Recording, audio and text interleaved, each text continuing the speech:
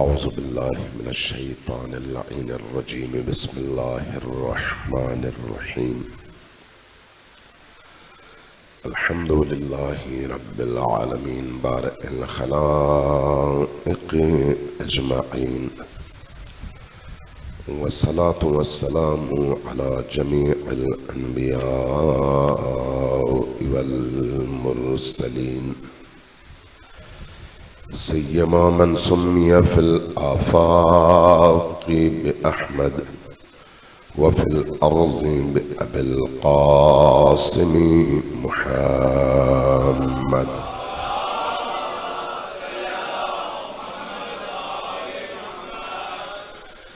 والصلاة والسلام على أولاده الطيبين الطاهرين المعصومين الميامين، واللعنة الدائمة على أعدائهم أجمعين من يوم عداوتهم إلى قيام يوم الدين. رب اشرح لي صدري ويسر لي أمري واحلل عقدة من لساني يفقهوا قولي. اللهم صل على فاطمة وأبيها وبعلها وبنيها وسر المستودع فيها بعدد ما أحاط به علمك. قال رسول الله صلى الله عليه وآله وسلم: إن لقتل الحسين حرارة في قلوب المؤمنين لا تبرد أبدا. صلوات پر محمد وعلى.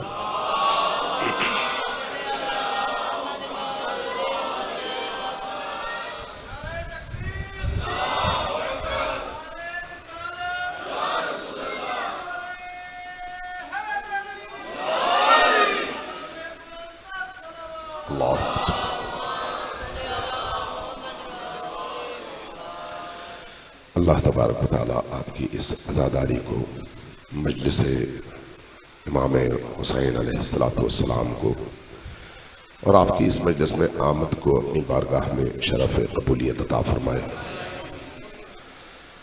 یہ جو آپ کا اور ہمارا حسین ابن علی کی مجلس میں بیٹھنا ہے، یہ بیٹھنا صرف ایک عام عبادت نہیں ہے، بلکہ اگر میں اہل سنت کی روایات بیان کروں تو آپ کو حیرت ہوگی. تشیع میں تو ہیں ہی. اہل سنت کی روایات میں بھی امام احمد ابن حنبل کی روایت ہے، اور ان کی کس کتاب میں روایت ہے جو عام طور پر آپ سب کے دسترس میں ہے؟ فضائل صحابہ. عام طور پر اس کا بڑا حوالہ آپ کو ملتا ہے. وہاں پر امام حسین علیہ السلام کے چیپٹر میں انہوں نے یہ بات لکھی ہے اور حدیث بیان کی ہے کہ حسین ابن علی وہ ہیں جن کی مجلس میں اگر کسی شخص کی آنکھوں میں ایک قطرہ آنسو آ جائے تو یہ ایک قطرہ آنسو جہنم کی آگ بجھانے کے لیے کافی ہے.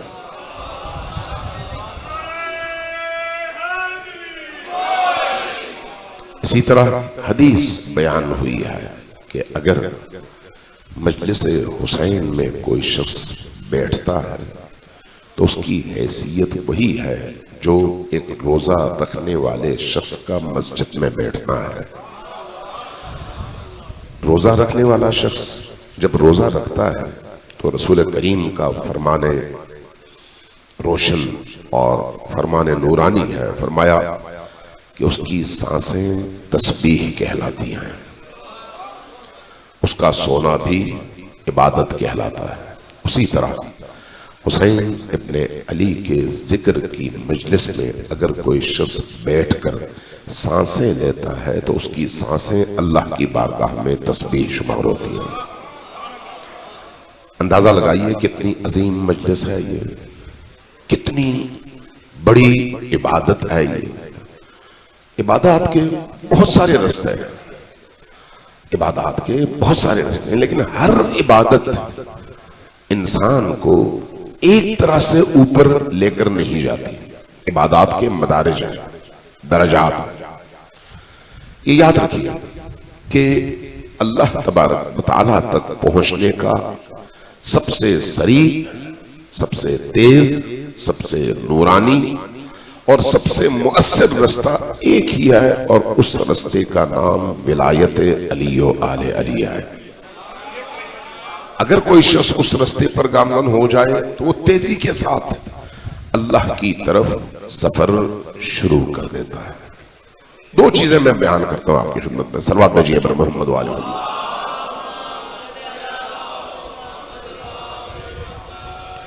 جب ہم عبادات انجام دیتے ہیں تو کیا یہ عبادت ہمارے اندر کوئی ایسی تبدیلی لا سکتی ہے، خود عبادت بغیر کسی قید و شرط کے، جس کے ذریعے سے ہم نجات پا سکیں؟ سب سے پہلا جو نقطہ قابل توجہ ہے وہ یہ ہے کہ عبادت ذات انسان اور فطرت انسان کی طلب ہے. یہ یاد رکھیے. اسی طرح جس طرح سے بھوک انسان کے اندر اس کی فطرت میں، اس کی جبلت میں ودیت کی گئی ہے. کوئی شخص ایسا نہیں ہے جس کو بھوک نہ لگے، کوئی شخص ایسا نہیں ہے جس کو پیاس نہ لگے، کوئی شخص ایسا نہیں ہے جس کے اندر حب ذات نہ ہو، کوئی ایسا ہے جو اپنے آپ سے محبت نہ کرتا ہو. نہیں. کیوں؟ اس لیے یہ اس کی ذات کا حصہ ہے. اسی طرح عبودیت اور بندگی بھی ذات انسانی کا حصہ ہے. لہذا انسان چاہے کوئی بھی ہو، چاہے دہریہ ہو، چاہے مشرک ہو، بت پرست ہو، مسیحی ہو، یہودی ہو، ایتھسٹ ہو، سکھ ہو، مسلمان ہو، ہر انسان کے اندر عبودیت کا جذبہ اور مادہ موجود ہے. سب کے اندر موجود ہے. اس لیے چونکہ یہ مادہ موجود ہے، اس لیے وہ انسان جو ہندو ہے جا کے بت کی عبادت کرتا ہے، لیکن کرتا عبادت ہی ہے. وہی انسان گردوارے میں جا کر ایک خاص انداز میں عبادت کرتا ہے، سکھ بن کر کرتا عبادت ہی ہے. وہی انسان کلیسا میں جا کر عبادت کرتا ہے حضرت عیسیٰ مسیح کے مجسمے کے سامنے مسیحی بن کر، لیکن کرتا ضرور ہے اور کرتا جو ہے وہ عبادت ہی ہے. اور وہی انسان مسجد میں آ کر قبلہ رخ ہو کر عبادت کرتا ہے، کرتا عبادت ہی ہے، لیکن مسجد میں کرتا ہے مسلمان بن کر. اس لیے یہ یاد رکھیے صرف عبادت کرنا کافی نہیں ہے، صرف عبادت کرنا کافی نہیں ہے. اس عبادت کے اندر کچھ شرائط ہیں، ان شرائط کا بجا لایا جانا اس عبادت کی مقبولیت اور انسان کے ارتقاء کے لیے ضروری ہے. اگر وہ شرائط ہیں تو یہ عبادت ہے، اور اگر وہ شرائط نہیں ہے تو یہ عبادت بھی عبادت نہیں ہے. لہذا نماز عبادت ہے، روزہ عبادت ہے، حج عبادت ہے، زکوٰۃ عبادت ہے، خمس عبادت ہے، باقی جتنے بھی فروعات دین ہیں سب کے سب عبادت ہے. فروعات دین کتنے ہیں جی؟ 10 ہیں. ذرا گن کے بھی بتائیے. پہلا نماز ہے، مرحبا. دوسرا، تیسرا، چوتھا، پانچواں، چھٹا، ساتواں، آٹھواں، نواں اور 10واں. یہ ساری کی ساری عبادات ہیں. ماشاءاللہ آپ سب مجھ سے زیادہ اہل علم ہیں. اگر یہ ساری عبادات ہیں تو عبادتوں کا جو اثر رہا ہے، دو چیزیں ہیں، دو پہلو ہیں. ایک یہ کہ عبادت کرنے والا اللہ کی طرف سے عائد شدہ ایک ذمہ داری ادا کر کے فارغ ہوتا ہے، اس لیے اس نے اپنی ذمہ داری ادا کی. یہ ایک پہلو ہے. لیکن ایک اور پہلو بھی ہے. وہ کیا ہے؟ یہ عبادت اس انسان کے اندر کسی تبدیلی کا سبب بنے تو تب عبادت ہے، ورنہ اس عبادت کا جو مقصد ہے اس مقصد سے یہ شخص بھی دور ہے. آپ حج کرتے ہیں نماز پڑھتے ہیں، روزہ رکھتے ہیں، ہر عبادت کے اندر ایک فلسفہ ہے، ہر عبادت کے اندر ایک روح ہے، ہر عبادت کے اندر ایک خاص قسم کی مقصدیت ہے۔ روزے کی مقصدیت اور طرح کی ہے، نماز کی اور طرح کی ہے، خمس و زکوٰۃ کی اور طرح کی ہے، جہاد کی اور طرح کی ہے، امر بالمعروف اور نہی عن المنکر کی خود اس کے اندر جو فلسفہ اور حکمت ہے وہ اور طرح کا فلسفہ ہے، اور جب آپ تولا اور تبرع کرتے ہیں تو اس کا فلسفہ اور طرح کا ہے۔ نماز بھی اسی طرح سے ایک نئے فلسفے کے ساتھ عبادت ہے۔ ان تمام عبادتوں کی جامعیت کے نتیجے میں انسان اگر اس مقصد تک حاصل، اس مقصد کے حصول کے لیے قدم اٹھاتا ہے اور اس عبادت کے اندر موجود مقصدیت کے ساتھ قدم اٹھاتا ہے تو وہ کمال کی طرف سفر کرتا ہے۔ یہ عبادات اس کو اوپر کی طرف لے کر جاتی ہیں۔ لیکن اگر وہ مقصدیت سامنے نہ ہو، جو کہ بات میں نے عزاداری کی کرنی ہے، سمجھانے کے لیے یہ مثال دے رہا ہوں، اگر وہ مقصدیت اس عبادت میں نہ ہو تو وہ عبادت تو عبادت ہے لیکن اس شخص کی صحت پر اس عبادت کا کوئی اثر نہیں ہے۔ مثلا میں مثال کے طور پر، نماز انسان کیوں پڑھتا ہے؟ ایک تو فرض کی ادائیگی ہے، وہ اپنی جگہ فرض ہے، بالکل ٹھیک ہے، لیکن نماز آیا متحرک کرتا ہے انسان کو یا جامد؟ نماز متحرک کرنے کی قوت ہے، یعنی انسان اللہ کی بارگاہ جب 4 رکعت نماز پڑھتا ہے تو ان رکعتوں میں وہ کچھ اللہ سے کلام کرتا ہے، کچھ گفتگو کرتا ہے۔ وہ جو گفتگو کرتا ہے وہ کیا ہے؟ ایک جگہ وہی انسان جب آغاز کر رہا ہوتا ہے تو کہتا ہے اللہ اکبر، اللہ کی کبریائی کے اعتراف کے ساتھ وہ اس عمل نماز کا آغاز کرتا ہے۔ اللہ کی کبریائی کے اعتراف کا مطلب کیا ہے؟ جب آپ کہتے ہیں اللہ اکبر تو اس کا مطلب کیا ہے؟ اللہ کے مقابلے میں جو بھی ہے اس کی کوئی حیثیت نہیں ہے۔ اگر انسان ادھر اللہ اکبر کہے اور ادھر اللہ کے سامنے کھڑے ایک سپاہی کے آنے پر وہ لرزنا شروع کر دے تو اس نے اللہ اکبر کو سمجھا ہی نہیں ہے، چونکہ اللہ اکبر تو اس کو اللہ کے رستے میں کوہ استقامت بنا دے۔ تو اس کا مطلب یہ ہے کہ وہ نماز ایک خاص کیفیت انسان کے اندر پیدا کرنے کا سبب ہے۔ کب؟ جب انسان شعور کے ساتھ وہ نماز پڑھے، شعور کے ساتھ، روٹین میں طوطے کی طرح سے رٹ کر نہیں۔ اگر رٹ کر پڑھے گا تو وہ اللہ اکبر کہہ کر نماز کا آغاز کرے گا، السلام علیکم ورحمت اللہ کہہ کر نماز کا اختتام، لیکن اس آغاز اور اختتام کے دوران اس کا جسم مصلی پر، رخ قبلے کی طرف، لیکن روح اور فکر کبھی مارکیٹ میں، کبھی دکان میں، کبھی دوستوں کے درمیان، کبھی کہیں اور جب السلام علیکم ورحمت اللہ کہے گا تو واپس آئے گا اپنے مصلی پر۔ یہ نماز کبھی بھی اس کو اس مقام تک پہنچا نہیں سکتی۔ اسی طرح سے نماز کے بارے میں خود قرآن کیا کہتا ہے؟ قرآن کہتا ہے کہ ان الصلاۃ تنہا عن الفحشاء والمنکر، نماز وہ ہے جو انسان کو فحشاء سے، فحشاء یعنی بدکرداری، برائی، آنکھوں کی، کانوں کی، زبان کی، پیٹ کی، باقی تمام چیزوں کی، ان برائیوں، فحشاء، بے حیائی کے کاموں سے یہی نماز روکتی ہے، اور منکرات سے بھی روکتی ہے۔ منکرات جو بھی اللہ کے مقابلے میں ہو، اللہ کے راستے میں نہیں، اللہ کے مقابلے میں۔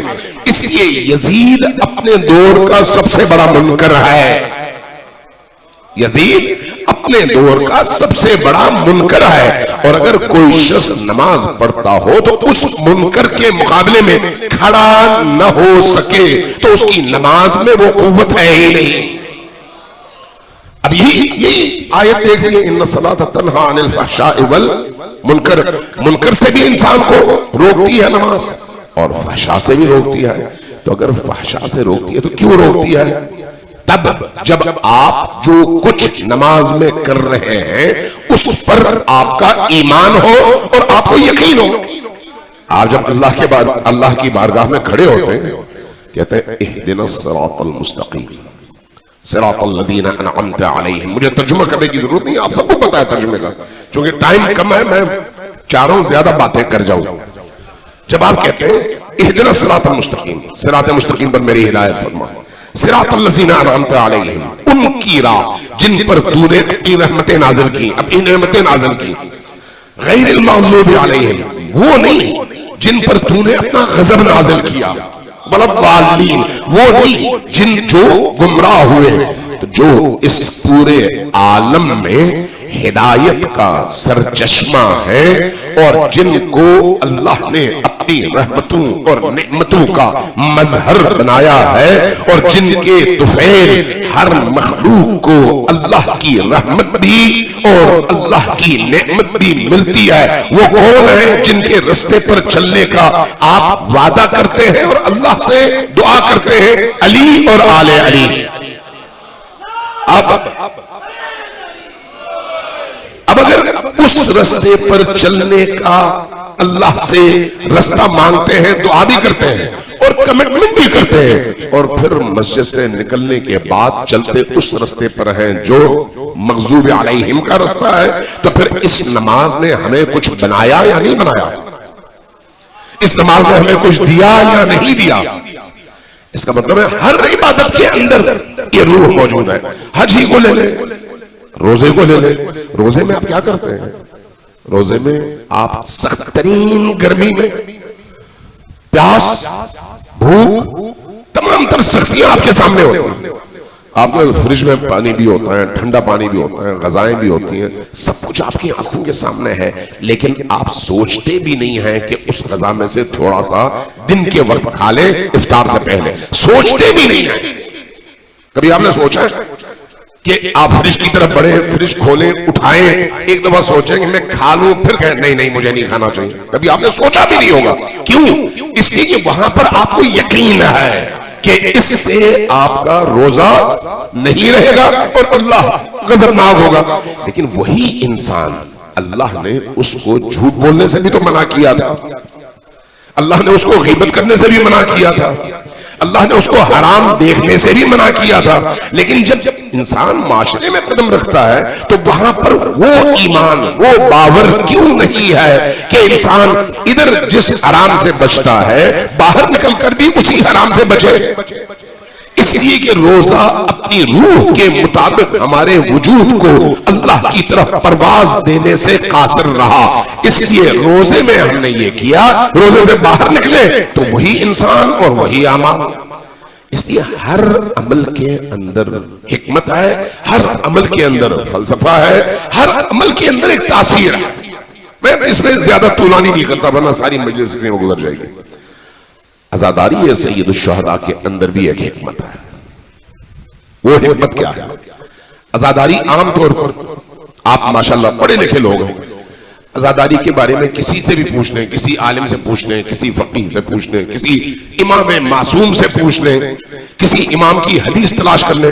کسی امام نے کہا ہے کہ حسین کی عزاداری جس طرح حج فرض ہے انسان پر اس طرح سے فرض ہے؟ کسی نے نہیں کہا.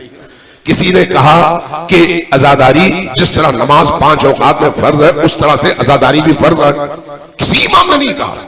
کسی امام نے جو کچھ کہا گیا وہ یہ ہے کہ یہ ثواب کا کام ہے، یہ درست رستہ ہے، یہ مستحب ہے، یہ ضرور کرو. لیکن اگر کوئی نہ کرے، کوئی اگر آپ کی اس عزاداری میں نہ آئے تو گناہگار ہے؟ نہیں. فرائض وہ ہے جس کو ترک کرنے سے انسان گناہگار ہو جاتا ہے اور اس کا رخ جہنم کی طرف ہو جاتا ہے. لیکن اگر کوئی اس عزاداری میں نہ آئے، فلان عزاداری میں نہ جائے، فلان عزاداری میں نہ جائے، تو کیا وہ گناہگار ہے؟ نہیں ہے، اس کی مرضی ہے. لیکن اس کے باوجود اس عزاداری پر اتنی تاکید کیوں ہے کہ یہ تو مستحب ہے، باقی تمام چیزیں فرض اور واجب ہے؟ وجہ یہ ہے کہ عزاداری سید الشہداء، حسین کا غم، حسین کا درد، حسین پر ایمان، حسین سے دل کا جڑنا انسان کو اس مقام پر پہنچا دیتا ہے کہ وہ انسان اپنی زندگی میں ان تمام واجبات کو زندہ کر لیتا ہے جو انسان کو اللہ تک پہنچاتی ہیں. یعنی یہی عزاداری، یعنی یہی عزاداری جو کہ مستحب عمل ہے، لیکن یہ وہ مستحب عمل ہے جو باقی فرائض کو زندہ کرنے کا سبب ہے.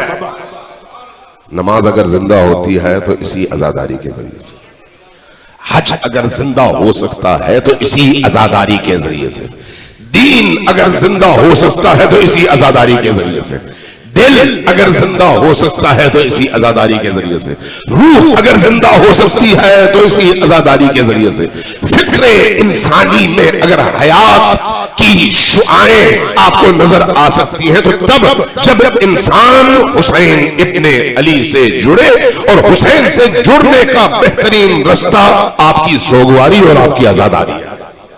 صلوات دیجیے محمد وعلی محمد.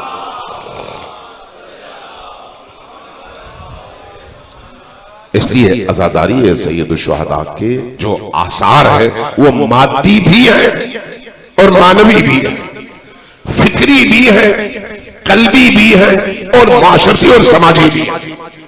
ہر لحاظ سے یہ ایک مؤثر ترین عبادت ہے. اگر یہ عزاداری نہ ہوتی، آپ کا کیا خیال ہے آج اہل البیت کا رستہ زندہ ہوتا؟ کبھی بھی کبھی بھی. کسی شاعر نے ایک ہی مصرے میں بڑا خوبصورت بیان کیا ہے اس کو فارسی میں، کہا کربلا در کربلا می مرد اگر زینب نبود. اگر زینب نہ ہوتی تو کربلا کو کربلا ہی میں موت آ جاتی. کربلا کو زندہ رکھنے والی ہستی زینب کبریٰ. کیسے زندہ رکھا؟ معاشرے کے اندر کربلا کے درد کو اجاگر کر کے اور لوگوں کے دلوں کو روشن کر کے. وہ جو روشنی کا سفر ہے وہ آج تک جاری ہے. ورنہ اگر آپ کربلا کے بعد کے واقعات دیکھیں تو کتنے لوگ تھے جو امام حسین کی راہ میں کھڑے ہونے کی طاقت رکھتے تھے؟ کتنے لوگ تھے جو امام حسین کی راہ میں جان دینے کے لیے تیار تھے؟ جنہوں نے جان دینی تھی وہ کربلا میں دے چکے، ختم ہو گئے. لیکن یہ وہی یاد حسین، غم حسین، معرفت حسین، شعور حسین اور کربلا کے پیغام کی گہرائی اور اس کی روشنی تھی جس نے جہاں یہ روشنی پہنچی لوگوں کو زندگی عطا کی. اور یہ جو زندگی ملی، اس زندگی نے نماز کو زندہ کیا، اس زندگی نے روزے کو زندہ کیا، اس زندگی نے حج کو زندہ کیا، اس زندگی نے باقی تمام اعمال کو زندہ کیا. غور کریں، امام حسین علیہ السلام نے حج کو چھوڑ دیا. ذی الحج کا پہلا ہفتہ تھا، اس سے پہلے آپ مکہ ہی میں تھے. مکہ میں رہتے ہوئے اتنے لمبے عرصے تک رہتے ہوئے مکہ کے اندر عین حج کے موقع پر جب ساری دنیا مکہ کا رخ کرتی ہے، حسین ابن علی مکہ کی طرف پشت کرتے ہیں اور عراق کی طرف سفر کرتے ہیں. کیوں؟ بتا رہے ہیں کہ جس راہ میں عزیمت نہ ہو اور جس حج میں انسانی روح اور ذہن کی حیات نہ ہو، وہ حج اور وہ راہ زندہ نہیں ہے، مردہ ہے. اس لیے وہ حاجی جو اپنے زمانے کے ولی کے سائے میں آئے بغیر حج کرے، ان کا حج نہیں ہے، وہ حج یزید کی ولایت کے سائے میں ہے. اور جو حج یزید اور یزیدیت کی ولایت کے سائے میں ہو اس کو خدا کا حج نہیں کہا جاتا. غور کریں اس بات پر. آپ حج میں، آپ میں سے بہت سارے لوگ حج پہ گئے ہوں گے، عمرے پہ گئے ہوں گے. جو لوگ حج پہ گئے ہیں مینا میں وہ جاتے ہیں شیطان کو کنکریاں مارتے ہیں. وہ کون سے شیطان ہیں؟ کون سے تین شیطان؟ پتھروں کے بنائے ہوئے. پہلے گڑھے ہوتے تھے، بعد میں ستون بنے، بعد میں دیواریں بنی، اب کئی منزلہ دیواریں بن گئی. ان دیواروں کو شیطان قرار دیا گیا ہے، ورنہ وہ بنائی تو سعودیوں کی ہے. ایسا ہی ہے، سعودیوں نے بنائی ہے. لیکن اس کو شیطان شریعت نے قرار دیا. کیوں؟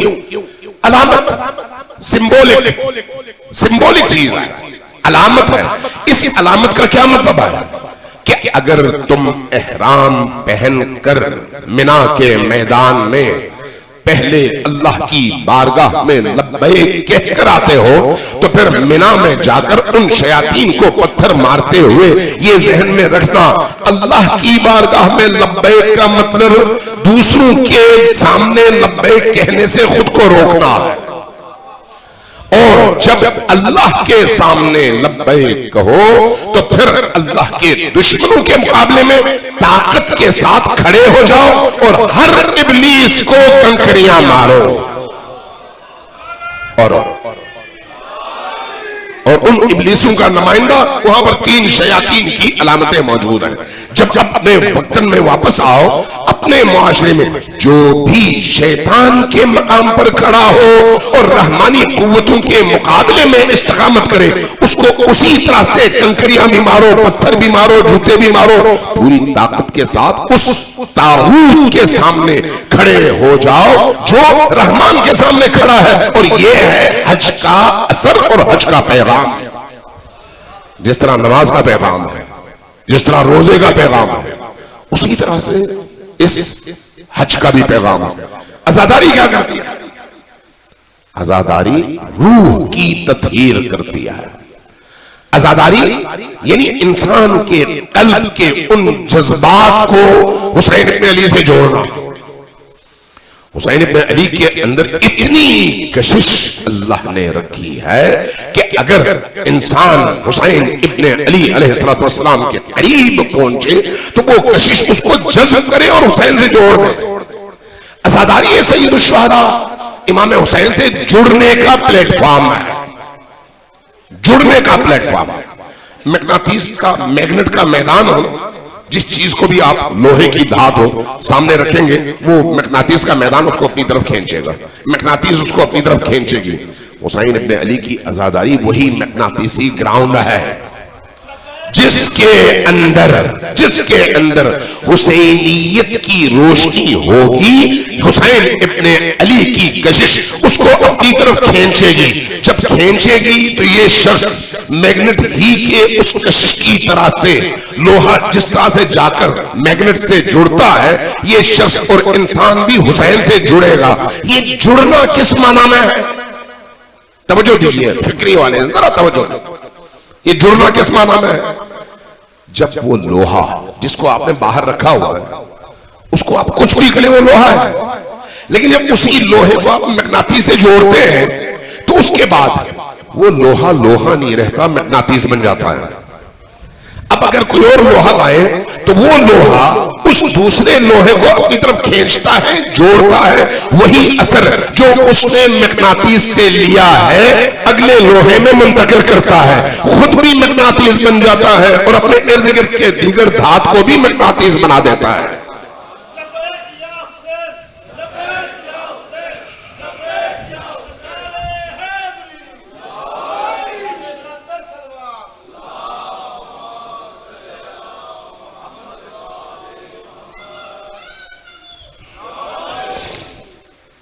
تو حسین ابن علی کیا کرتے ہیں؟ حسین ابن علی جو ان کی اس مجلس میں آئے اس کو خود سے گلے سے لگا بھی لیتے ہیں، جوڑتے بھی ہیں. نتیجتاً حسین ابن علی کے اندر جو تاثیر ہے وہ تاثیر اس انسان میں منتقل ہوتی ہے، اور اگر اس کے اندر منتقل ہوتی ہے تو پھر وہ کیا بنتا ہے؟ پھر وہ حور بنتا ہے، پھر وہ حبیب ابن مظاہر بنتا ہے، پھر وہ زہیر ابن قین بنتا ہے، پھر وہ وہب کلبی بنتا ہے. یہ کیسے یہ لوگ بنے؟ حسین سے جڑ کر. حسین سے جڑ کر حسین کس کو اپنے سینے سے لگاتے ہیں اور اس سادہ لوہے کو مقناطیسی کشش عطا کرتے ہیں جس کے اندر حسین سے جڑنے کے بعد حسین کی تاثیر کو اپنانے کی صلاحیت ہو. جس کے اندر یہ گنجائش ہی نہ ہو، جس کے اندر یہ صلاحیت ہی نہ ہو، اس کو آپ 1 سال تک جوڑے رکھیں فائدہ کوئی نہیں ہے. آپ کے سامنے اگر پلاسٹک ہو، لوہا ہو اور لکڑی ہو، ان تینوں کے درمیان میں مغناطیس رکھے، مغناطیس کس کو اپنی طرف کھینچے گی؟ صرف لوہے کو، نہ پلاسٹک کو کھینچے گی، نہ لکڑی کو کھینچے گی، نہ کسی اور چیز کو۔ کیوں؟ کیا اس مغناطیس میں تاثیر نہیں ہے؟ کبھی کہاں پر ہے؟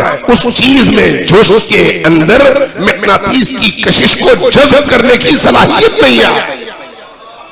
اس لیے وہ انسان جس کے اندر حسین کی نورانیت کو جذب کرنے کی خصوصیت نہیں ہے، اس کو اگر آپ 10 سال حسین کے ساتھ جوڑے رکھیں کوئی فرق نہیں پڑتا، اس کے اندر حسینی جو روح ہے وہ پیدا ہو ہی نہیں سکتی، ہو ہی نہیں سکتی۔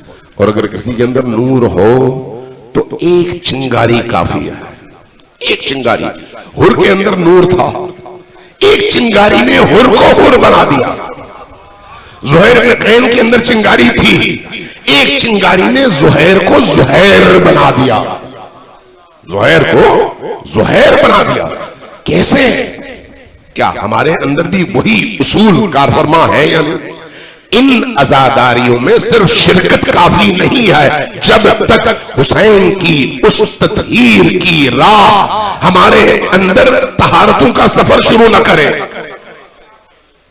حسین کا ذکر ہمیں پاک و پاکیزہ کرنے کے لیے، حسین کا ذکر ہمیں باعمل بنانے کے لیے ہے، حسین کا ذکر ہمیں نورانی کرنے کے لیے ہے، حسین کا ذکر ہمیں عبد خدا بنانے کے لیے ہے، حسین کا ذکر ہمیں مطیع اہل البیت بنانے کے لیے ہے، حسین کا ذکر ہماری خواہشات کا گلا گھونٹ کر حسین کی خواہشات کا ہمیں تابع بنانے کے لیے ہے، حسین کا ذکر ہمارے اندر حسینی روح پھونک کر ہر زمانے کے یزید کے مقابلے میں حسین کے مقام پر کھڑا کرنے کے لیے ہے۔ حسین کا ذکر کیا کرتا ہے؟ حسین کا ذکر ہمیں جرأت عطا کرنے کا سبب ہے، شعور عطا کرنے کا سبب ہے، حوصلہ عطا کرنے کا سبب ہے۔ حسین کا ذکر ہمیں تاریکیوں سے نکالنے کا سبب ہے۔ یہ اجتماعی اثرات ہیں، اور جو انفرادی اثرات ہیں وہ کیا ہیں؟ حسین کا ذکر انسان کو معنوی طور پر اتنا پاک و پاکیزہ کرتا ہے کہ اس ذکر کے نتیجے میں پاک ہونے والا انسان جب اپنے رب کی بارگاہ میں جاتا ہے تو اس کو ہر عبادت میں لذت فیل ہوتی ہے، دعا میں لذت، قرآن کریم کی تلاوت میں لذت، نماز میں لذت، کسی نیک کام کی انجام دہی میں لذت، اپنی ذات کی نفی میں لذت، اپنے ایمان کے چاہنے والوں کے سامنے خود کو مٹانے میں لذت۔ لیکن جس کو یہ لذت فیل نہیں ہوتی وہ کیا کرتا ہے؟ وہ حسین کے ذکر میں تو ہوتا ہے لیکن سب کچھ اپنے لیے چاہتا ہے، اپنے لیے۔ اپنے لیے چاہنے کا مطلب یہ ہے، مطلب کیا ہے؟ مطلب یہ ہے کہ اس کے پیش نظر صرف اس کی اپنی خواہشات ہیں۔ عزاداری کو اپنی خواہش کے لیے استعمال کرتا ہے، عزاداروں کو اپنی خواہش کے لیے استعمال کرتا ہے، سبیل لگاتا ہے اپنی خواہش کی تکمیل کے لیے۔ سبیل لگائے، کوئی اگر اس کی تعریف نہ کرے تو اس کو برا لگتا ہے۔ یہ 2 پیسے لگائے عزاداری پر، اگر کوئی کہے نہیں کہ بھئی فلان صاحب نے اتنے پیسے دیے، ناراض ہو جاتا ہے، میں نے پیسے دیے تھے تم نے میرا نام کیوں نہیں لیا؟ کیوں؟ اس لیے کہ نام کے لیے دیا تھا، حسین کو نہیں۔ جو حسین کو دیتا ہے اجر بھی حسین سے لیتا ہے، جو لوگوں کو دیتا ہے اجر لوگوں سے لیتا ہے۔ اس لیے آسمان زمین کا فرق ہے۔ اس لیے جو لوگوں کے لیے کرتا ہے لوگوں ہی کے ساتھ اس کی خواہشات کا خاتمہ ہو جاتا ہے، لیکن جو حسین کے لیے کرتا ہے حسین خود اس کی محبت کو لوگوں کے دلوں میں زندہ کر دیتے ہیں۔ اس لیے یاد رکھیے اس کے اپنے اثرات ہیں۔ لہذا عزاداری سید الشہداء گھروں میں ضرور منعقد کریں، جیسے آج مثلا گھر میں منعقد ہوئی ہے، لیکن ضروری نہیں ہے کہ یہاں پر اتنے سارے لوگ ہوں تو تب عزاداری ہو، یہ ضروری نہیں ہے۔ یہ میں بار بار کہتا ہوں، ہر جگہ کہتا ہوں کہ عزاداری سید الشہداء کے انعقاد کے لیے کثرت شرط نہیں ہے۔ کثرت ہو اچھی بات ہے، کر سکیں بہت اچھی بات ہے، لیکن شرط نہیں ہے کہ 500، 1000، 2000، 10,000 بندے ہوں تب عزاداری ہو ورنہ نہ ہو، نہیں، یہ کوئی ضروری نہیں ہے۔ ان کے ہاں معیار شرط ہے، مقدار نہیں، معیار مقدار نہیں ہے۔ ایک میں مثال دوں، اگر سننا چاہتے ہیں تو ذرا صلوات دیجیے محمد والا.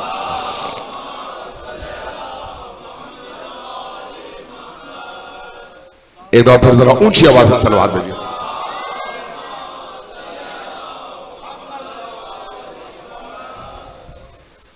آپ نے بڑا سنا ہوگا فضائل میں سورہ دہر، سورہ انسان کی آیات، کہ جب امیر المؤمنین اور حضرت زہرا سلام اللہ علیہا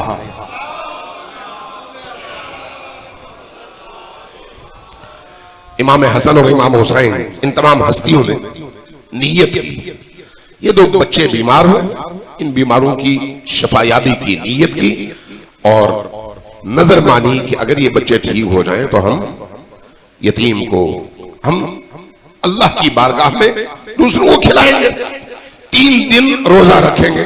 روزہ رکھ لیا، بچے ٹھیک ہو گئے، روزہ رکھ لیا. روزہ کس نے رکھا؟ ان سب نے. پہلے دن گزرا، افطار کا ٹائم آیا. افطار کے موقع پر علی کے گھر میں کیا پکا ہے؟ جو کی روٹی، جو کی روٹی اور شاید دودھ کا گلاس یا کوئی سالن. جو کی روٹی آپ کو پتا ہے کہ کتنی اس کی قیمت ہوتی ہے؟ جو کی روٹی زیادہ بہتر ہے یا گندم کی؟ نہیں، گندم کی روٹی. گندم کی روٹی میٹھی ہوتی ہے، جو کی روٹی کھائی نہیں جاتی. جو کی روٹی اس لیے گندم کی نسبت جو نسبتاً سستی چیز ہے، اس لیے لوگ گندم کی روٹی کے پیچھے بھاگتے تھے. اگر آپ نے عمر بن سعد کے حوالے سے سنا ہو تو اس کا مسئلہ کیا تھا؟ اس کو رئی کی حکومت مل رہی تھی اور رئی کی گندم کی شہرت تھی عربوں میں کہ وہاں کا گندم بہت ہی میٹھا گندم ہوتا ہے، اس لیے اگر وہاں پر جائے تو اس کے وارے نہیں آ رہے. جو سب سے کم تر چیز ہے کھانے میں، علی کے گھر میں وہی پکتا ہے. خود یہ ایک بہت بڑا موضوع ہے، علی کے گھر میں وہی پکتا ہے. اب یہ چیزیں پکی ہیں، یعنی جو کی 5 روٹیاں پکی ہیں، ان ہستیوں نے روٹیاں اپنے سامنے رکھی ہیں، دروازے پہ دستک ہوتی ہے، یہ روٹی دیتے ہیں. اب اس روٹی کی قیمت کیا ہوگی؟ آج آپ اگر باہر جائیں، میٹھے گندم کی، آٹے کی، میدے کی روٹی یا نان لے لیں، کتنی قیمت ہوگی اس کی؟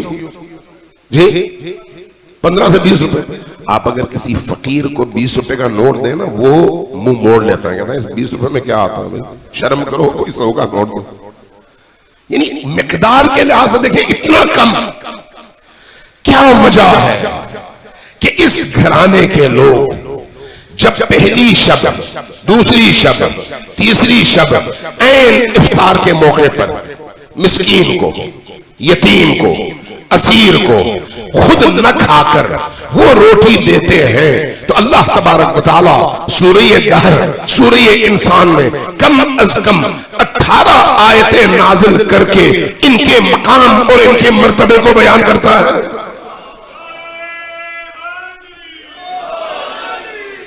اس لیے کہ یہ ہستیاں کیا کہتی ہیں؟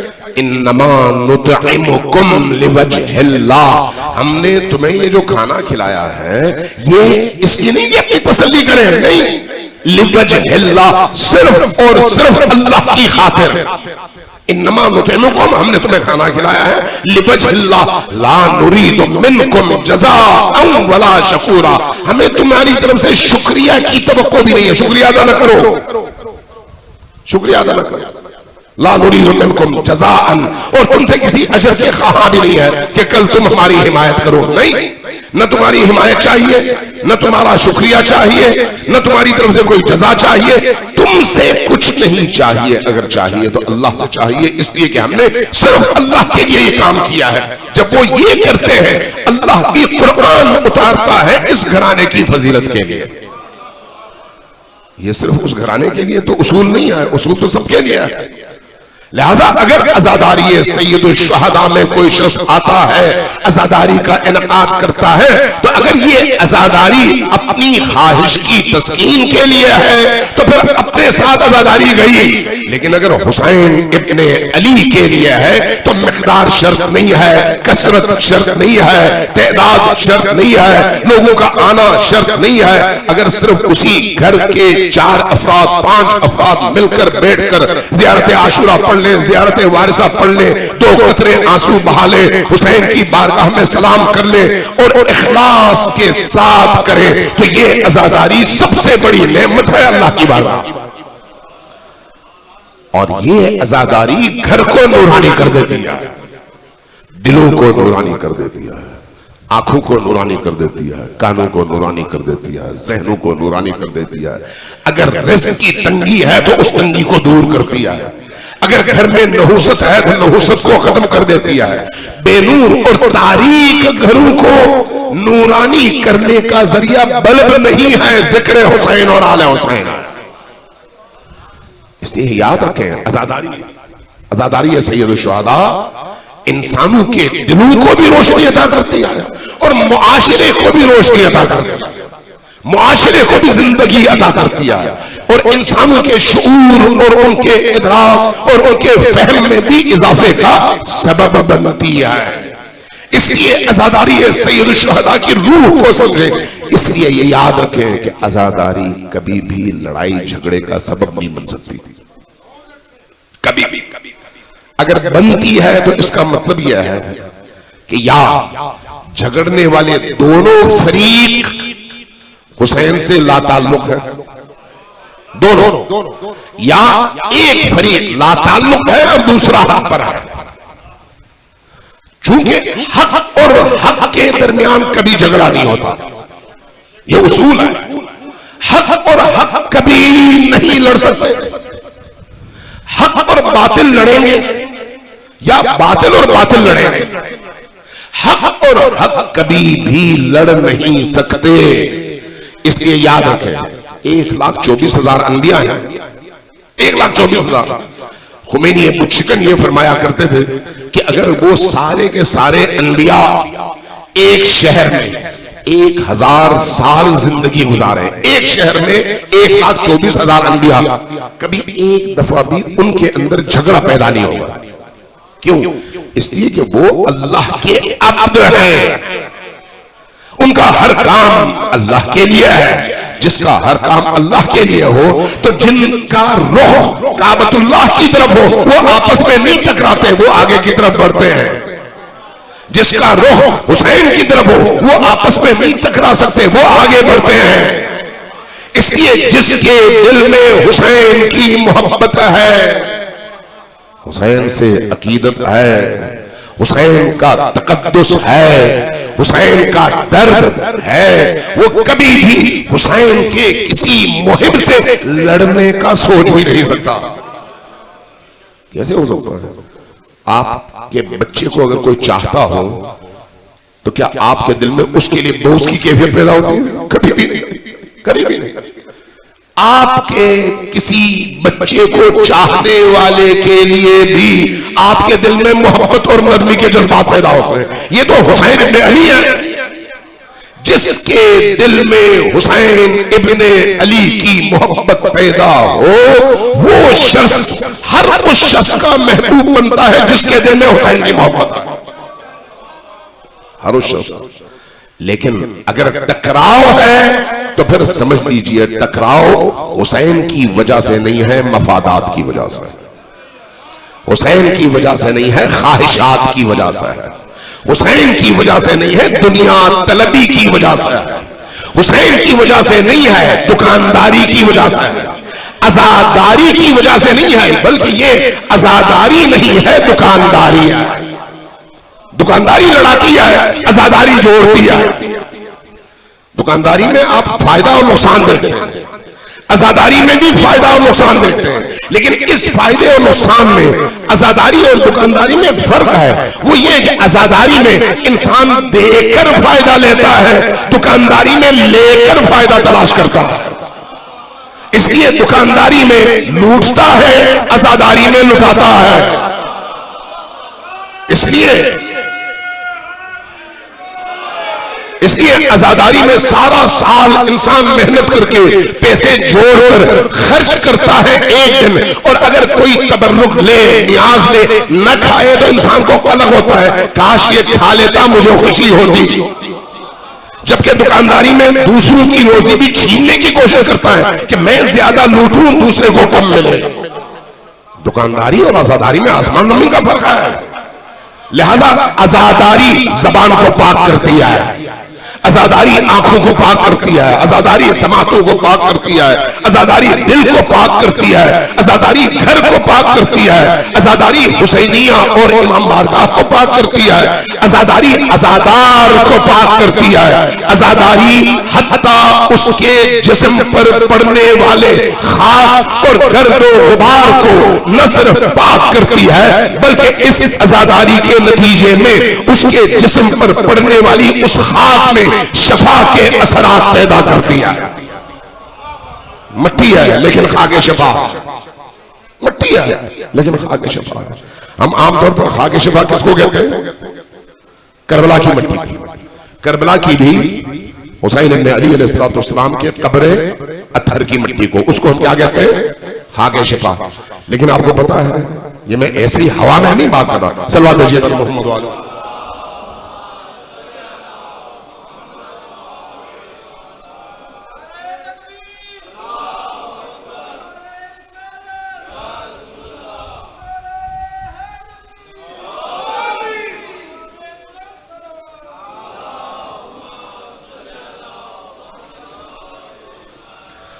میں اس لیے چونکہ گھر کی مجلس ہے اس لیے یہ باتیں کرنا چاہ رہا ہوں کہ آپ غور سے سنیے کہ گھر کی مجالس معمولی نہیں آئیں گے۔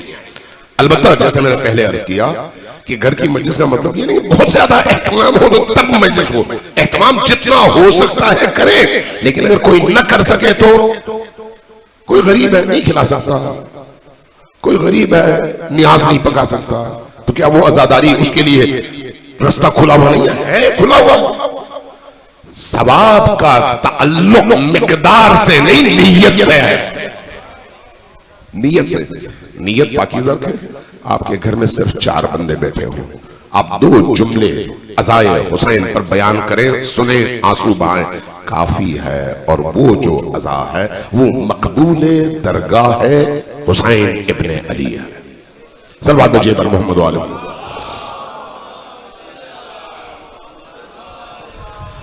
یہ جو میں نے عرض کیا کہ عزاداری سید الشہداء کے اثرات کیا ہیں؟ اثرات یہ عزاداری انسان کو گوہر اور ہیرا بنا دیتی ہے، یہی عزاداری۔ بیماروں کی شفایابی کا رستہ اسی عزاداری سے ہو کر گزرتا ہے، حاجات کی قبولیت کا دروازہ اسی عزاداری سے ہو کر گزرتا ہے۔ میں آیت اللہ العظمیٰ بروجردی، سید حسین بروجردی بہت بڑے فقیہ، بہت بڑے فقیہ، بہت بڑے مجتہد، بہت بڑے مرجع تقلید۔ تقریباً آج سے 60 سال پہلے، 65 سال پہلے اپنے زمانے کے اتنے بڑے مرجع تقلید کہ ان کی موجودگی میں کسی اور نے رسالہ نہیں لکھا، کہا یہ ہے تو کافی ہے، ان کی موجودگی میں کسی اور مجتہد کو سر اٹھانے کی ضرورت نہیں، کافی ہے۔ ایسی شخصیت بہت بڑی، اور حضرت فاطمی معصومہ سلام اللہ علیہا کے حرم کے سرحانے کی طرف ان کی قبر اتھر ابھی بھی موجود ہے، لوگ جاتے ہیں زیارت کرتے ہیں۔ طبائی سادات میں سے زندگی کے آخری دنوں میں بیمار پڑ گئے۔ جب بیمار پڑے تو ان کی آنکھوں میں تکلیف ایسی شروع ہوئی کہ پڑھ نہیں سکتے تھے، لہذا ڈاکٹروں کو بلایا، ڈاکٹروں نے علاج کیا، جو بھی ان کے بس میں تھا وہ انہوں نے کیا، لیکن یہ ٹھیک نہیں ہوئے۔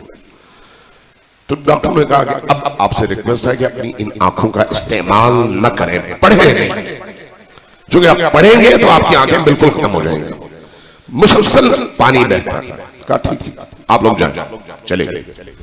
ان کے 2 شاگردوں سے میں نے یہ بات سنی اور پڑھی، جو ان کے 2 شاگرد، ایک استاد شہید آیت اللہ مرتضی مطہری اور دوسرے استاد مرحوم آیت اللہ سید مصطفیٰ موسوی، ان دونوں سے میں نے یہ بات سنی خود اور پڑھا۔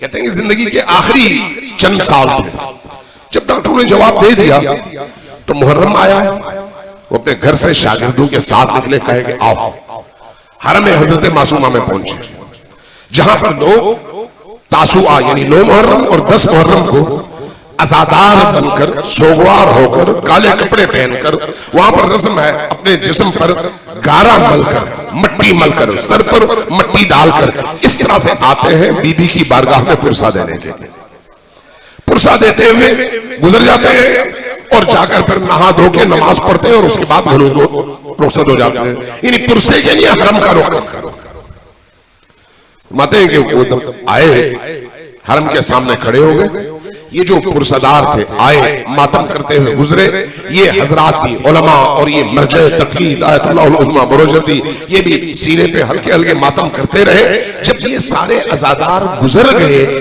آگے بڑھے، ان کے گزرنے کے بعد ان کی راہ سے، اس راستے سے مٹی اٹھائی، مٹی اٹھا کر اپنی دونوں آنکھوں پر ملی۔ امام حسین کی مٹی نہیں، عزادار کے قدموں کی مٹی، یہ مٹی اپنی آنکھوں پہ ملی، گھر چلے گئے۔ اس کے بعد یہ دونوں بزرگوار بتاتے ہیں جب تک زندہ رہے ان کی آنکھوں میں کوئی تکلیف نہیں ہوئی۔ یہ کوئی افسانہ نہیں ہے، یہ ایک زندہ اثر ہے عزاداری سید الشہداء کا، یہ زندہ اثر ہے یاد، ذکر اور حب و مودت حسین کا، یہ زندہ۔ اب بھی آپ عراق جائیں، عراق میں اس وقت بھی انہی دنوں جو مشی کا عمل ہے اس میں دور دور سے لوگ آتے ہیں۔ کیوں آتے ہیں؟ بصرہ سے، حلہ سے، مختلف کرکوک سے، کردستان سے، مختلف علاقوں سے آتے ہیں، سارا سال محنت کرتے ہیں، ان ایام میں آتے ہیں اس مسیر میں جو نجف سے کربلا تک کا مسیر، آ کے سڑک پہ کھڑے ہو جاتے ہیں، سارا سال محنت کرتے ہیں، پیسہ جمع کرتے ہیں اور ان ایام میں آ کر زائرین حسین کو کھلاتے ہیں۔ زائرین حسین کو کیوں کھلاتے ہیں؟ میں نے خود یہ دیکھا ہے کہ ایک زائر کو رات میں ٹھہرانے کے حوالے سے اپنے گھر کی طرف دعوت دیتے ہوئے دو گروہ سڑکیں ایک طرف اس طرف آپس میں لڑتے ہیں کہ بھئی ہم نے لے جانا ہے، دوسرا کہتا ہے نہیں ہم نے لے جانا۔ میں نے ایک جگہ پڑھا، ایک طرف ایک قبیلہ تھا، دوسری طرف دوسرا قبیلہ تھا، دونوں قبیلوں کے درمیان دشمنی تھی لیکن علاقہ ایک تھا۔ مسیر میں اس راستے میں کھڑے ہوئے، زائر آئے، آخری دن، اس کے بعد پھر زائروں کا آنا ختم تھا، یہ آخری زائر ہے۔ ایک قبیلے نے اس زائر کو کیچپ کر لیا، پکڑ لیا، لے جانے لگے، دوسرے قبیلے نے کہا ہمیں دے، نہیں مانے۔ جو قبیلہ محروم تھا وہ اس قبیلے کے ایک جوان کو اس قبیلے نے قتل کر دیا اور مقدمہ چل چکا تھا اور پھانسی کے آرڈرز ہوئے تھے اور انتظار تھا مقررہ تاریخ کا۔ یہ جو مقتول کا قبیلہ ہے یہ اس قاتل کے قبیلے کے پاس گیا اور کہا اگر اس زائر کو ہمارے حوالے کر دو تو ہم اپنا قتل تمہیں معاف کر دیتے ہیں۔ یہ کیا ہے؟ یہ حسینیت ہے جو سکھاتی ہے کہ حسین کے نام پر ہر چیز قربان ہے۔ یہ وہ جذبہ ہے، یہ وہ جذبہ ہے جو انسان کو ہر چیز قربان کرنے کے لیے تیار کر دیا۔ اس لیے حسین کے ذکر میں تاثیر ہے اور یہ تاثیر کسی اور چیز میں نہیں ہے، کسی اور چیز میں نہیں ہے۔ اس لیے کربلا والوں کے غم کو یہ یاد رکھیں، کربلا کی پوری داستان نہ پڑھنے کی ضرورت ہے نہ سننے کی، جیسے ہی آپ نے کربلا کی طرف رخ کیا اور اپنے ذہن کو کربلا میں پہنچایا، مسائل ویسے ہی شروع ہو گئے، ویسے ہی شروع ہو گئے۔ میں دو چار اور جگہوں میں بھی عرض کر چکا ہوں کہ میں نے کل پرسوں ایک روایت پڑھی آیت اللہ العظمیٰ مرزا شیرازی کی کہ مجلس پڑھ رہے تھے، ان کے ساتھی مجلس میں تشریف فرما تھے، جیسے ہی مصائب کا آغاز ہوا تو اس عالم نے منبر سے کہا کہ لوگوں کتنا بڑا ستم ہے کہ زینب سلام اللہ علیہا کو بازار لے جایا گیا۔ جیسے یہ جملہ کہا آیت اللہ العظمیٰ مرزا شیرازی نے اپنا امامہ اتارا، زاروں قطار روتے ہوئے کہنے لگے بس کافی ہے، اس سے زیادہ اور کیا مصیبت سناؤ گے۔ کربلا والوں کی چھوٹی سی چھوٹی وہ جو آپ کو چھوٹی لگے وہی مصیبت اس پورے عالم کے لیے سب سے بڑی مصیبت ہے. سب سے بڑی مصیبت ہے. کربلا والوں کی مصیبتیں کم نہیں آئیں, مصیبتیں کوئی چھوٹی نہیں آئیں. بس 2-4 جملے عرض کروں. جب اس قافلے کو لایا گیا نا, کہاں؟ کوفہ کے شہر کے اندر. یہ کوفہ کون سا شہر ہے جہاں پر زینب و ام کلثوم 4 سال تک امیر المؤمنین کی بیٹیوں کی حیثیت سے کوفہ کی خواتین کی معلمہ تھی اور ان کو دین سکھاتی تھی. آج ان خواتین اور ان مخدرات کو اس شہر میں اسیر بنا کر لایا جا رہا. جب ان خواتین اور مخدرات کو اسیر بنا کر لایا گیا تو آپ کو پتا ہے کہ کربلا کے واقعے نے جو اثر زینب کبریٰ پر ڈالا وہ اثر عجیب ہے. بعض راویوں نے لکھا ہے کہ حضرت زینب سلام اللہ علیہا کے بال سفید ہو چکے تھے. بعض راویوں نے یہ لکھا کہ ظلم اتنا بڑا تھا.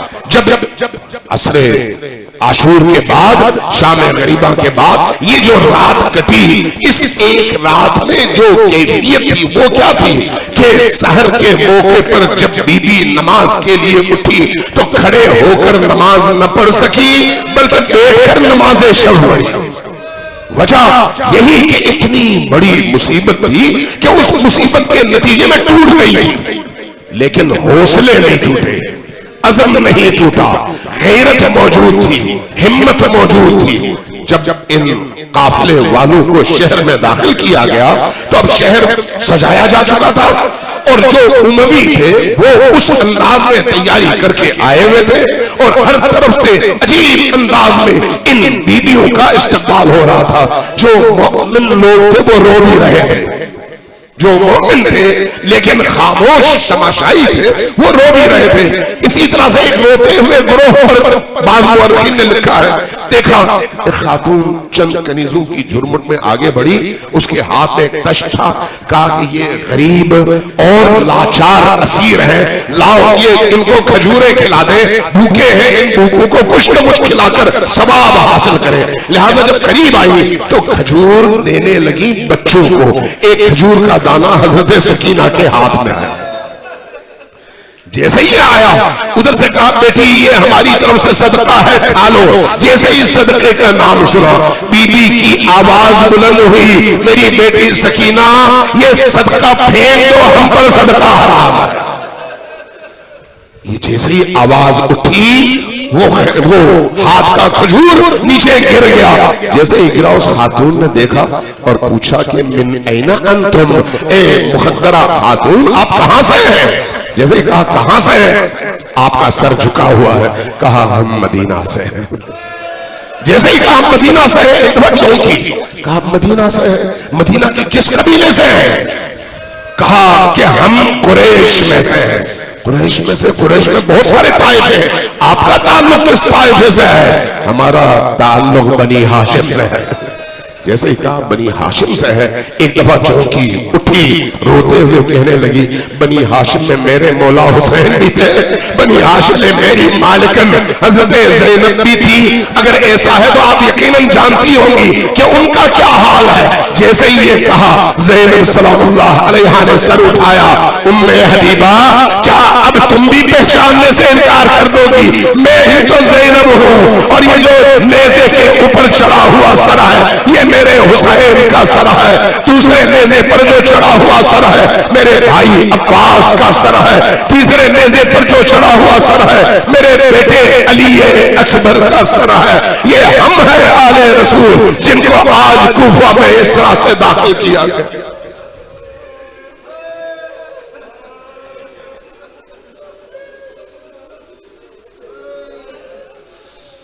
انا للہ و انا الیہ راجعون.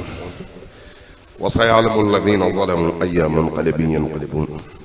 نسألك اللهم ونقول باسمك العظيم الأعظم العاظم الأجل الأكرم. آپ کی اس مجلس میں آپ کی آنکھیں تر ہیں, دل ٹوٹے ہوئے ہیں اور دل جڑے ہوئے ہیں کربلا والوں کے ساتھ, تو ایسی مجلس میں دعا قبول ہوتی ہے, کوئی دعا رد نہیں ہوتی. اس لیے دعاؤں میں پوری توجہ کے ساتھ اللہ کی بارگاہ میں ہاتھ بلند کیجئے اور سب ثبوت دیں کہ آپ دل سے یہ دعا مانگ رہے ہیں اونچی آواز سے. سب مل کر 10 مرتبہ اللہ تبارک و تعالیٰ اس میں جلالہ کو پکاریے بھی کہ یا اللہ یا اللہ یا اللہ یا اللہ یا اللہ یا اللہ یا اللہ یا اللہ یا اللہ یا اللہ یا رحمان یا رحیم یا مقلب القلوب ثبت قلوبنا علی دینک. خدایا ہماری اس قلیل عبادت کو اپنی عظیم بارگاہ میں شرف قبولیت عطا فرما. نہیں آمین کی آواز اونچی رکھ رہے ہیں, آمین اونچی, چونکہ دعا کی قبولیت کا موقع ہے. خدایا ہم سب کے گناہوں کی مغفرت فرما, بارلہا ہم سب پر اپنی رحمتیں نازل فرما, بارلہا ہمیں حسین ابن علی کا پیروکار بننا نصیب فرما, بارلہا ہمارے دلوں کو حسین کی نورانیت سے منور فرما, ہمارے ذہنوں کو حسین کی معرفت سے منور فرما. جب تک زندہ ہیں حسین کی راہ پر زندگی نصیب فرما, مرنے لگے حسین ہی کی راہ پر شہادت نصیب فرما. موت سے پہلے توبہ کی توفیق عطا فرما, موت کے موقع پر علی کا دیدار نصیب فرما, موت کے بعد حسین کی شفاعت نصیب فرما, برزخ میں اہل البیت کا سایہ نصیب فرما, محشر میں بی بی دو عالم کی شفاعت نصیب فرما. بارہا امام زمان کے قلب مبارک کو ہم سے راضی فرما, ان کے آوان و انصار میں ہمیں شمار فرما. جتنا معاشرے کے اندر ظلم ہے یہ ظلم ظالموں کی طرف پلٹا دے, جو لوگ جہاں کہیں پر بھی ظلم کر رہے ہیں انہیں نیست و نابود فرما. فلسطین کے اور غزہ کے مظلوموں کو فتح و نصرت عطا فرما, صہیونی درندوں کو نیست و نابود اور رسوا فرما. ان کے تمام آوان کو, ان کے انصار کو, ان کے جاننے والوں کو, ان کے ماننے والوں کو اور صہیونیوں کی مدد کرنے والوں کو رسوا اور نیست و نابود فرما. بارلہا جو عظیم مجاہدین, جو علی کے شیر یمن سے لے کر تہران تک, بغداد سے دمشق تک, بیروت سے غزہ تک, نائجیریا سے کشمیر تک, جو بھی علی کے شیر تیرے دشمنوں کے مقابلے میں سینہ تان کر کھڑے ہیں ان سب کو فتح و نصرت عطا فرما, اور ہم سب کو ان کے آوان و انصار میں شمار فرما. ہمیں بھی وہی ولولہ, وہی جرأت, وہی حوصلہ عطا فرما. ہمارے ملک کو ظالموں سے نجات عطا فرما, ہمارے ملک کو صالح حکمران عطا فرما. جو لوگ پریشان حال ہیں ان کی پریشانیوں کو دور فرما, جو لوگ مجبور ہیں, قحط زدہ ہیں, بے روزگار ہیں, کاروبار میں نقصان کا شکار ہیں, ان سب کو رزق و روزی کی فراوانی نصیب فرما. جن گھروں میں بیمار ہیں, ہسپتالوں میں بیمار ہیں, ان سب کو شفائے عاجل و کامل نصیب فرما. جن گھروں میں اولاد نہیں ہے خدایا تجھے حضرت علی اصغر کا واسطہ ان بے اولادوں کو اولاد صالح اور اولاد سالم عطا فرما. بارہا ہم سب کے تمام مرحومین اور ہمارے علاوہ جتنے بھی مرحومین آج تک دنیا سے گئے ہیں برزخ میں منتظر ہیں اور ان کا دعا مانگنے والا کوئی نہیں ہے, ان سب پر اپنی رحمتوں کی بارش فرما اور ان کے گناہوں کی بخشش فرما. ان کو برزخ کی مشکلات سے نجات عطا فرما, برزخ کی نعمتوں سے ان کو مالا مال فرما. بارہا اس گھر پر اپنی رحمتیں نازل فرما, بانی مجلس کی حاجات کو قبول فرما. جن عزیزوں نے اس مجلس کے لیے دامے درمے سخن مدد کی قدم اٹھایا ان سب پر اپنی رحمتیں نازل فرما. خدایا جو لوگ اس مجلس میں تشریف لائے انہوں نے سنا اور استفادہ کیا, سب کے دلوں کو حسین ابن علی سے جوڑ دے. خدایا ہم سب کو حسینی بن کر جینا اور حسینی بن کر مرنا نصیب فرما. تمام مرحومین کے ایصال ثواب کے لیے اور اس گھر کے بانی کے تمام مرحومین کے ایصال ثواب اور برزخ کی زندگی کی پریشانیوں سے نجات کے لیے سب مل کر ایک دفعہ سورہ فاتحہ اور 3 بار سورہ اخلاص کی تلاوت کریں گے. بسم اللہ الرحمن الرحیم مالک یوم الدین ایاک نعبد و ایاک صراط الذین انعمت علیہم غیر المغضوب علیہم. بسم اللہ الرحمن الرحیم قل هو اللہ احد اللہ الصمد ولم یکن له کفوا احد. بسم اللہ الرحمن الرحیم بسم اللہ الرحمن الرحیم قل هو اللہ احد اللہ الصمد. ان تمام دعاؤں کی اجابت کے لیے آپ کی تمام تر حاجات کی برابری کے لیے 3 دفعہ نبی کریم اور ان کی آل پر وعجل فرجہم کے ساتھ بلند آواز سے صلوات بھیجیے بر محمد وآلہ